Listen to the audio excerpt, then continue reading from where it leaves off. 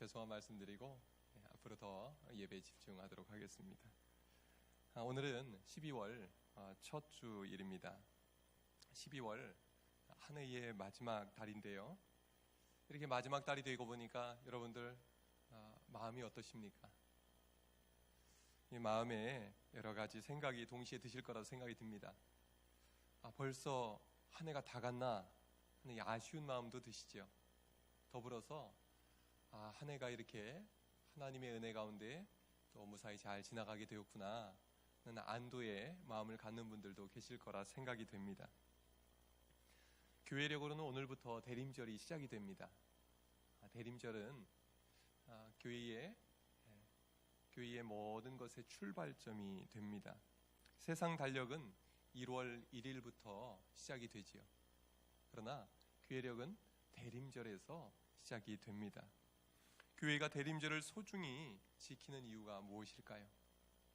그것은 예수 그리스도께서 이 땅에 생명의 빛으로 오셨기 때문입니다. 우리는 이미 오신 주님의 탄생을 기뻐하고 감사하고 축하합니다. 더불어서 우리는 다시 오실 주님을 만날 준비를 하는 기간으로 이 대림절을 보내게 됩니다. 주님이 재림하시는 그날은 기쁜 날입니다. 더불어서 우리가 주님 앞에 서게 된다 생각을 하면 한편으로 두렵고 떨리는 마음도 갖게 됩니다.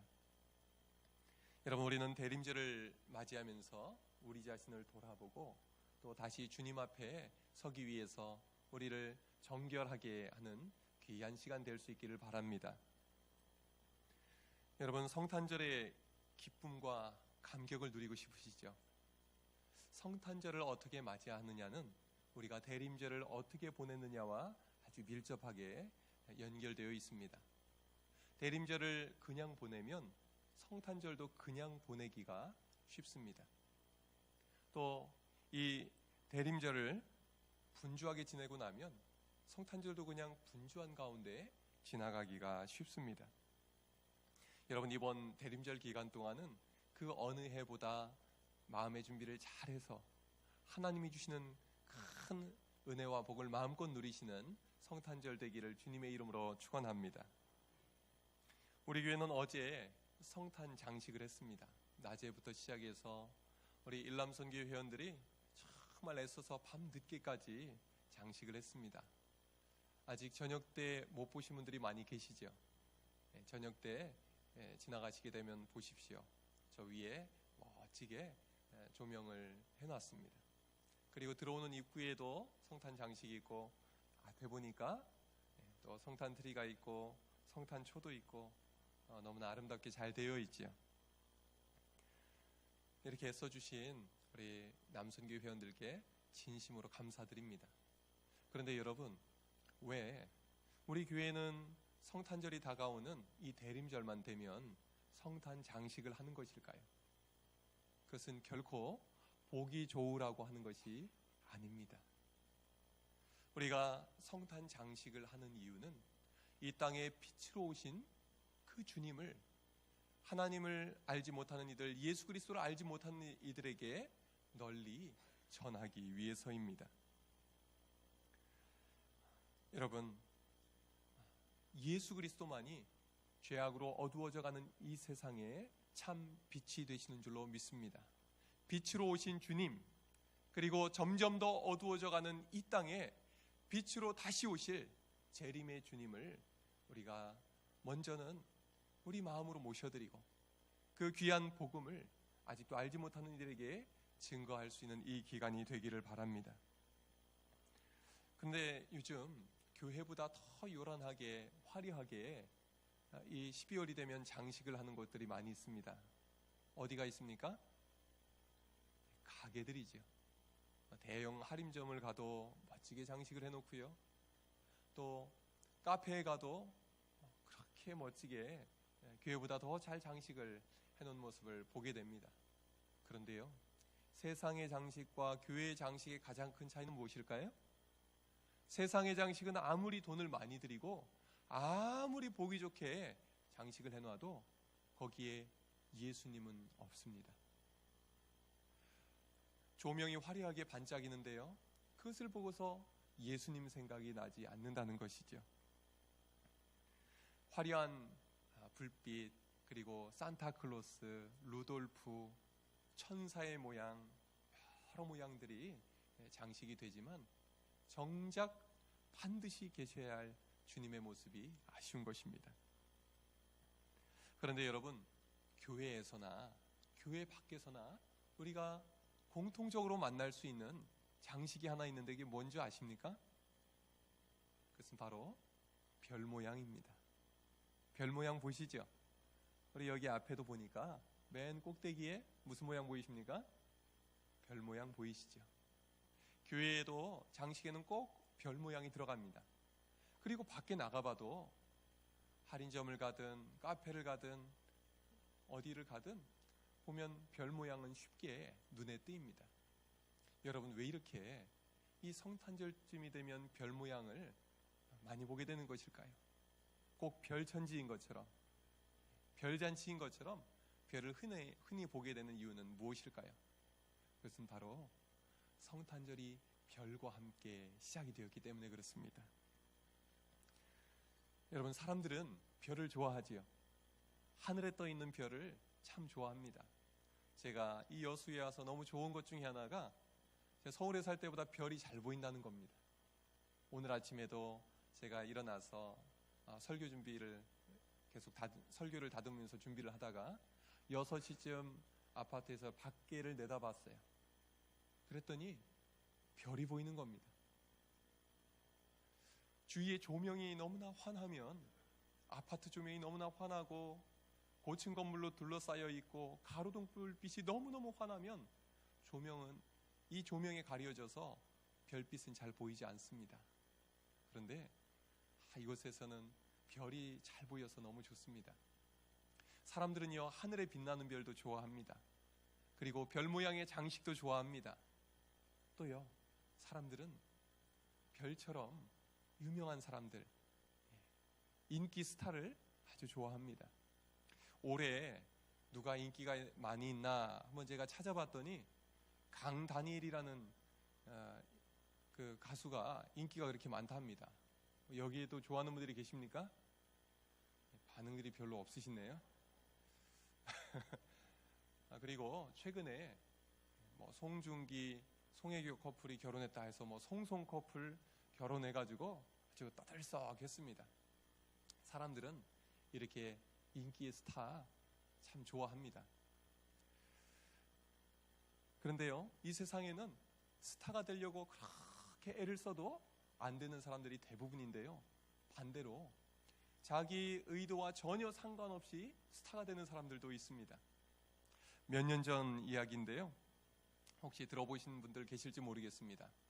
69세의 할머니 한 분께서 운전면허를 딴 거예요. 그래서 운전면허를 따자마자 그 이야기가 우리나라 뉴스마다 다 보도가 되고 이것이 해외 토픽으로까지 알려졌습니다. 미국에서, 러시아에서 정말 대단한 분이다. 그래서 미국의 일간지 중에 시카고 트리뷴지라는 것이 있는데요, 거기서는 이렇게까지 말을 했어요. 이 한국 할머니를 본받아라. 자녀에게 용기를 가르치려면 이 할머니를 본받게 해라. 왜 그런지 아세요? 운전면허 딴 게 뭐가 그렇게 특별해서 이것이 아주 인기 있는 기사거리가 되었을까요? 그 이유는요, 이 할머니가 운전면허 시험을 959번을 떨어지고 960번째에 합격했답니다. 세상에 이런 일이 없다는 거예요. 세상 어느 나라를 가도 960번을 시험을 봐서 운전면허 딴 사람이 없는데 이 할머니는 포기하지 않고 끝까지 도전해서 따냈다는 겁니다. 왜 그런가 이유를 물어봤어요. 그랬더니 이 할머니의 대답이 참 소박해요. 제가 언젠가 우리 손주들 제 차에 태우고 동물원 구경시켜주고 싶었습니다. 그 소원을 이루고 싶어서 한 번, 두 번, 계속해서 10번, 20번, 100번, 200번 그러다가 960번째의 면허증을 땄다는 것입니다. 여러분, 근데요, 이 이야기가 그 당시에는 굉장히 유명했어요. 그리고 나중에 자동차 선전에 광고 모델로도 나왔었습니다. 보셨는지 모르겠어요. 그럼에도 불구하고요, 이 이야기가 얼마 되지 않아서 다 잊혀져 버리고 말았습니다. 세상의 인기가 그런 것입니다. 이제 웬만큼 잊혀졌으니까 혹시 여기 계시는 어르신들 중에서 스타가 되고 싶으신 분 계시면 한번 운전면허 다시 도전해 보셔도 좋을 것 같습니다. 자, 그런데 오늘 읽은 성경에도 별 이야기가 나옵니다. 이 이야기에는 두 부류의 사람들이 나옵니다. 한 사람은요, 별을 따고 싶었던 사람, 자기가 별이 되고 싶었던 그런 부류의 사람 이야기가 나옵니다. 또 한 부류는요, 묵묵히 별을 따라간 사람입니다. 별을 따라가기만 했는데 나중에는 이 별처럼 그렇게 빛나는 유명한 사람의 이야기로 남은 부류가 있습니다. 여러분, 오늘 이 두 부류의 사람들을 살펴보면서 우리가 이번 대림절 성탄절을 어떻게 보내면 좋을까 살펴보기를 원합니다. 먼저 살펴볼 사람들은요, 별을 따라온 사람들입니다. 우리 1절, 2절 오늘 본문의 말씀을 한번 읽겠습니다. 시작. 헤로드 왕 때에 예수께서 유대 베들레헴에서 나심에 동방으로부터 박사들이 예루살렘에 이르러 말하되 유대인의 왕으로 나시니가 어디 계시냐? 우리가 동방에서 그의 별을 보고 그에게 경배하러 왔노라 하니. 동방으로부터 누가 왔습니까? 박사들이 왔습니다. 그래서 우리는 이분들을 동방 박사들이라고 부릅니다. 이 동방으로부터 박사들이 예루살렘에 찾아온 겁니다. 이 사람들에 대해서는 알려진 바가 많이 없습니다. 그냥 이게 답니다. 그래서 사람들은 여러 가지로 연구해보고 추측을 해봤습니다. 이 사람들은 별을 연구하는 사람들이었다. 그래서 점성술사들이었다 라고 말하기도 합니다. 어떤 분들은 이 사람들은 지혜자들이었다, 왕을 돕는 지혜자들이었다, 최고의 지식인이었다는 거예요. 어떤 사람들은 아니다, 이 사람들이 왕이었다, 여러 가지 이야기가 있습니다. 그런데요, 이 박사들이 가져온 선물만 봐도 보통이 아닙니다. 아, 이 사람들 정말 중요하고 대단한 사람들이었구나, 대단한 지위에 있는 사람들이었구나 라는 것만은 분명합니다. 하지만 분명한 것은 이 동방의 박사들이 별을 따라왔다는 것입니다. 그리고 그들이 따라간 별이 이 박사들을 유대인의 왕에게로 인도했다는 것입니다. 그들은 별이 움직이면 함께 움직였습니다. 별이 멈추면 함께 멈췄습니다. 마치 광야에서 구름기둥, 불기둥이 움직이면 같이 움직이고 멈추면 같이 멈췄던 것처럼 이 박사들도 별을 따라 움직이고 멈추기를 반복했던 것입니다. 이 동방의 박사들은 정말 많이 배우고 똑똑한 사람들이었던 것 같습니다. 하지만 어디로 가야 할지를 자기들이 결정하지 않았습니다. 무엇을 보고 결정했습니까? 별을 보고 결정했습니다.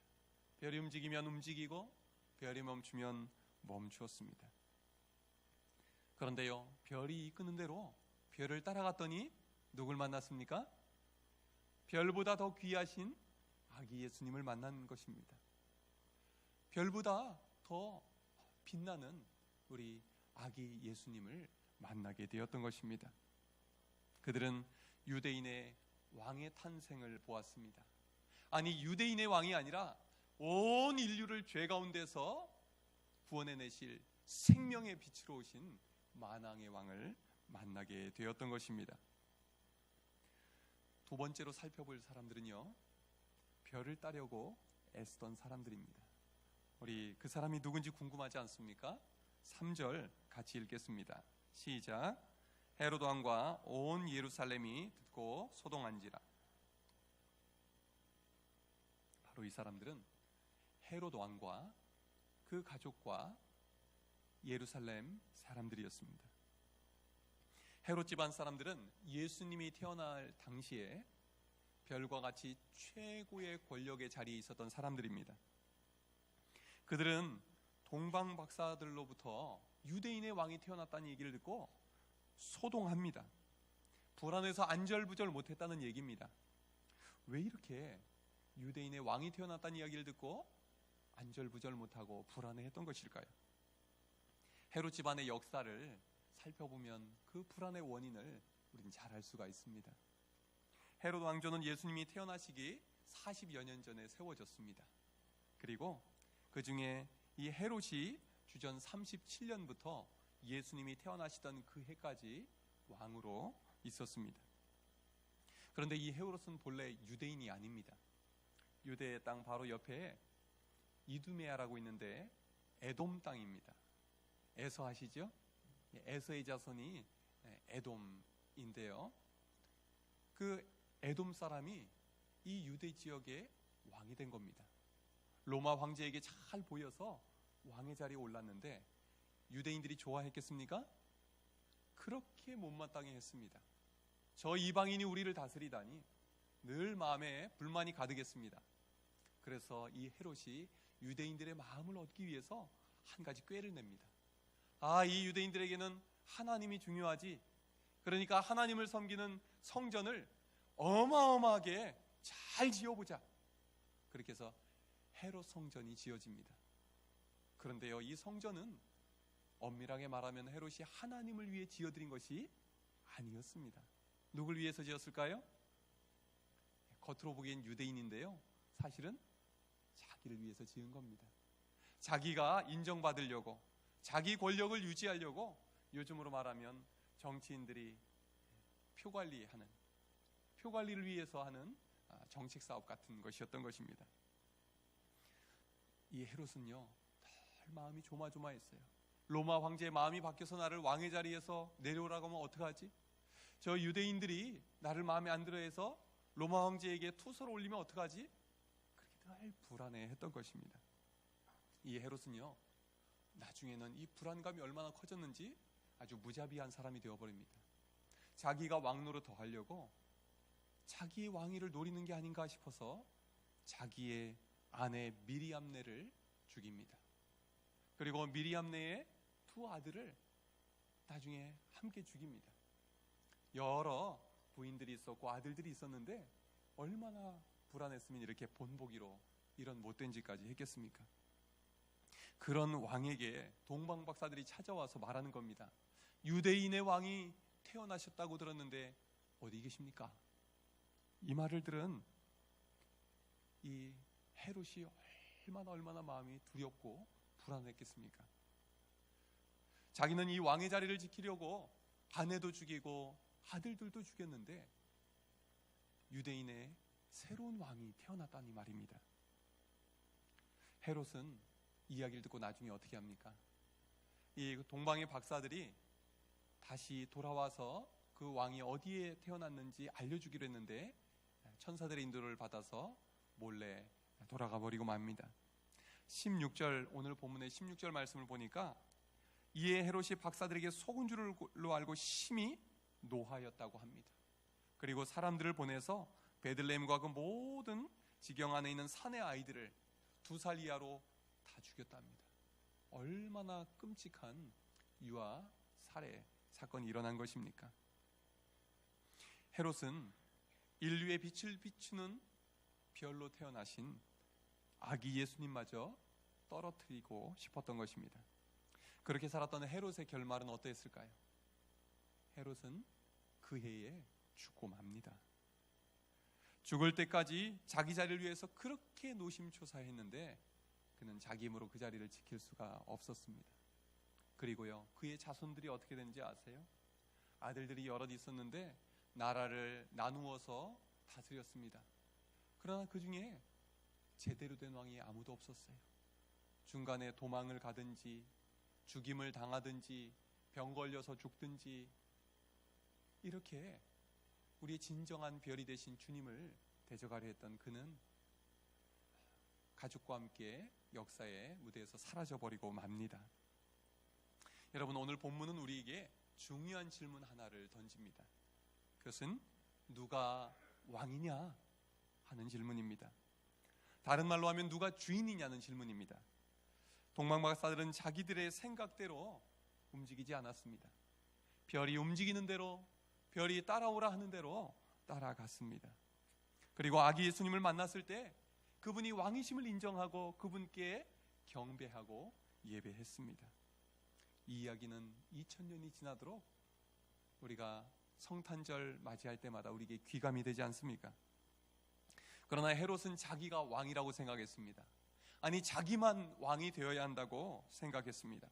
그는 자기의 인생을 자기 마음대로 살았습니다. 그리고 자기가 자기 삶의 주인 노릇하며 평생을 살아왔습니다. 그의 인생의 결말이 그래서 그렇게 좋지 않았던 것입니다. 자기가 주인 노릇하면 멸망길로 가게 돼 있는 것입니다. 여러분은 어떠십니까? 요즘 연말을 어떻게 보내고 계십니까? 직장인들은 직장에 이 연말에 많이 바쁘시죠. 또 개인 사업하시는 분들은 연말까지 처리할 일들 때문에 마음이 많이 분주하시지요. 또 주부들은 주부들대로 늘 하루하루 일상이 분주하고 바쁘지 않습니까? 주님은 오늘 우리에게 이렇게 물으십니다. 내 삶의 주인이 누구냐? 너는 하루하루 무엇을 보고 따라가고 있느냐? 우리가 이 대림절 기간을 맞이하면서 스스로에게 이 질문을 던져볼 수 있길 바랍니다. 우리는 자기 일에 제각각 바빠서 분주하게 연말을 보내기가 쉽습니다. 성탄절은 12월 25일이니까 그날 가서 예배드리면 되는 것이고, 지금은 정신없이 바쁘게 살아가고만 있지 않습니까? 그런데 한 가지는요, 이 동방 박사들도 한 번에 예수님에게 찾아갔던 것은 아니었습니다. 예루살렘에 있는 어디를 먼저 들렸을까요? 헤롯 궁전에 먼저 들렸습니다. 번지수를 잘못 찾아간 것이죠. 별만 보고 갔다면 예수님 계신 곳으로 곧바로 도착하는 것이 맞는데, 이 동방의 박사들이 엉뚱한 곳을 들리게 되었다는 것입니다. 왜 이런 일이 일어났을까요? 아마 이 동방의 박사들이 별을 따라올 때는 잘 왔던 것 같습니다. 그런데 별을 따라서 예루살렘쯤 왔을 때 이 동방의 박사들은 스스로 확신을 가졌던 것 같아요. 다 왔다. 저기 예루살렘에 있는 거 보니까 유대인의 왕이 저 헤롯의 궁전에 있겠구나. 마음이 별보다 앞서갔던 것 같습니다. 그래서 들어가 봤지만 그곳에는 유대인의 새로 태어난 왕이 없었습니다. 잘못을 깨달았을 때 그들은 곧바로 돌이킵니다. 얼른 그 잘못된 그곳 헤롯의 궁에서 나와서 다시 하늘을 바라봅니다. 그랬더니 밤하늘에 무엇이 보였을까요? 동방에서부터 자기들을 이끌어온 별이 다시 보이는 겁니다. 그 별을 따라 갔더니 아기 예수님 계신 베들레헴의 마구간에 도착하게 된 것입니다. 여러분, 우리가 신앙생활 하다 보면 자칫 한눈 팔기가 쉽죠. 믿음 생활은 한눈 팔면 잘못 가게 되곤 합니다. 그런데요, 하나님은 그때마다 우리에게 돌아오라고 하십니다. 우리가 하나님께 돌아오기만 하면 하나님은 우리를 책망하고 야단치시고 내치시는 것이 아니라 우리를 언제나 받아주신 줄로 믿으시기를 바랍니다. 우리가 이 대림절 기간 12월을 보내면서도 바쁘잖아요. 정말 일할 거 많잖아요. 그렇게 분주했다가도 내가 너무나 분주한 가운데 주님을 잊고 있구나 생각이 되면 곧바로 주님께로 시선을 돌이키시기를 바랍니다. 이 대림절 기간은 초점을 맞추는 기간입니다. 나를 바라보고 내 일을 바라보고 우리 가족을 바라보던 거기에서 우리 시선을 주님께로 다시 초점을 바꾸는 것입니다. 우리가 이 대림절을 통해서 주님께 마음을 모으고 우리의 시선을 고정할 때 하나님께서 놀라운 은혜를 주실 줄로 믿습니다. 여러분, 초점을 잃으면 어떻게 될까요? 헤매게 되죠. 열심히 살고도 엉뚱한 결과가 나오기가 쉽습니다. 행복을 위해서 뛰고도 불행으로 끝나기가 쉽습니다. 헤롯처럼 말입니다. 초점을 잃는다는 것은 마치 목적지를 잘못 알고 가는 것과도 같습니다. 여러분 혹시 목적지를 내비게이션에 잘못 찍고 가본 적이 있습니까? 지난 월요일이었습니다. 울산에서 담임 목회를 하는 제 친구 목사가 갑자기 전화를 했어요. 나 지금 여수다 그러는 거예요. 아니 울산에서 왜 여수까지 왔지? 그랬더니 그 교회에 제자훈련팀이 있대요. 근데 수료를 다 하고 일일 소풍을 왔는데 여수 좋다고 해서 여수를 놀러 왔답니다. 그래서 어디 유명한 식당에서 지금 밥을 먹고 있다 그러는 거예요. 그래서 너무나 반가워서 오랜만에 보는 친구라 차를 운전해서 갔습니다. 만나서 얼마나 반가운지 잠깐이었지만 이야기를 나눴습니다. 다음 목적지가 어디냐니까 케이블카를 탄답니다. 그러면 그쪽도 차 갖고 왔으니까 케이블카까지 가는 동안 내 차를 타고 가자고 이야기를 하려고 제 차에 태웠습니다. 그리고 제 뒤에는 그 차가 따라옵니다. 제가 이제 여수에 사니까 저를 따라오는 거예요. 제가 여수지리 잘 알겠죠? 자, 그런데 자산공원으로 간대요. 그래서 제가 내비에다 그래도 모르니까 자산공원 하니까 딱 뜨더라고요. 그래서 뭐 자산공원 몇 개가 뜨는데 그중에 맨 이거를 눌렀어요. 그리고 이제 내비게이션에서 그 여자분이 자꾸 어디로 가라고 하잖아요. 그 여자분 말 듣고 계속 갔더니 이게 오동도 앞에 주차장에 도착해야 되는데 산 중턱에서 멈추는 겁니다. 내비게이션에 2가지가 등록이 돼 있었나 봐요. 얼마나 날씨 뜨겁든지 다시 운전해서 오동도 쪽으로 내려왔습니다. 여러분, 우리가 초점을 잃으면 잘못 보기가 쉽습니다. 잘못 보면 목적지를 잘못 설정하게 되는 것이죠. 여러분, 우리가 이 12월에 마음이 들뜨고 분주하다 보면 초점을 잃기가 쉽습니다. 우리가 한 해를 열심히 살고도 왠지 허탈한 마음으로 한 해를 보내기가 쉽다는 것이죠.